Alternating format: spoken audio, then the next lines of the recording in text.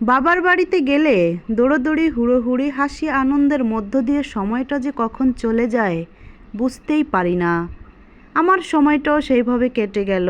দেখো, বুঝতেই পারলাম না কখন যে আমার সময়টা শেষ হয়ে গেল। তাই তো বাবার বাড়ি থেকে এখন বিদায় নিতে হবে। বিদায় নিয়ে চলে যাচ্ছি বাবার বাড়ি থেকে। খুবই মন খারাপ, খুবই খারাপ লাগছিল। তবুও কিছু করার নেই, যেহেতু আমি এখন বাবার বাড়িতে থাকি না, আমি ঢাকাতে থাকি। আর আমার বাবার বাড়ি ছেড়ে তো আমাকে আসতেই হবে বলো। এত সময় মনটা খারাপ ছিল, যেহেতু মা বাবাকে ছেড়ে এসেছি সেই জন্য। তবে এখন মনটা অনেক ভালো হয়ে গেল। এরকম ওয়েদার ছিল যে আসলে মন ভালো না হয়ে পারে না। দেখো, হালকা মেঘলা মেঘলা ওয়েদার, তার ভিতরে ঝিরিঝিরি বৃষ্টি পড়ছিল। অন্যদিকে দেখো, কৃষকেরা পেঁয়াজ উঠাচ্ছিল। আমার কাছে এত ভালো লাগছিল, আমার মনে চাচ্ছিল ওনাদের সঙ্গে গিয়ে আমিও পেঁয়াজ উঠাই। তো দেখো, কিছু করার নাই, আসলে ওনারা একটু দূরে ছিল।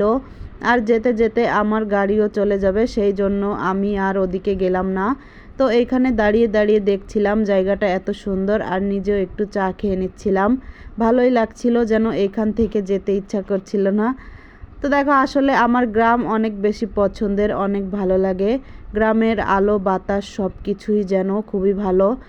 দেখো, বাসায় এসে বসে থাকার কোনো উপায় নাই। এদিকে একটু খাসির মাংস রান্না করব, আর কবুতরের মাংস দিয়ে আর সাজনা দিয়ে রান্না করব।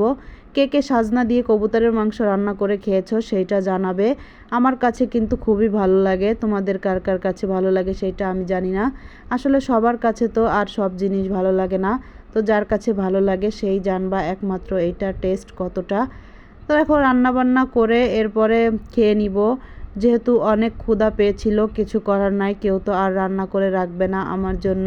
আমারটা আমাকেই করে খেতে হবে, সেই জন্য এসেই আগে নিজে ফ্রেশ হয়ে তারপরে রান্না বসিয়ে দিলাম।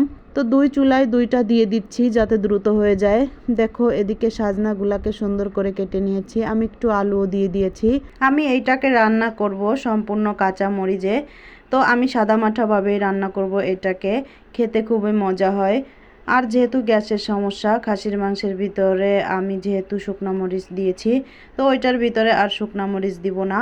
তো দেখো, এটা হচ্ছে আমার খাসির মাংসের ফাইনাল লুক। আমি হচ্ছে খাসির মাংস ঝোল রান্না করেছি, খুবই মজা হয়েছে। আর অন্যদিকে দেখো, আমার সাজনার তরকারিটাও রেডি হয়ে গিয়েছে। তো সাজনাগুলো একদম কচি ছিল, আমি গ্রাম থেকে নিয়ে আসছি। তো খুবই মজার, অনেক মজা করে খেয়েছি। তোমরা কারা কারা খেতে চাও এইভাবে, তারা রান্না করে খেয়ে দেখবা।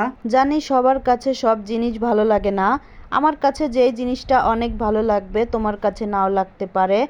তো দেখো, যদি ভালো লাগে তাহলে রান্না করে খেয়ে দেখতে পারো। তো আমি এখানে একটু খেয়ে দেখতেছিলাম কেমন লাগতেছিল। সবাই ভালো থাকবা।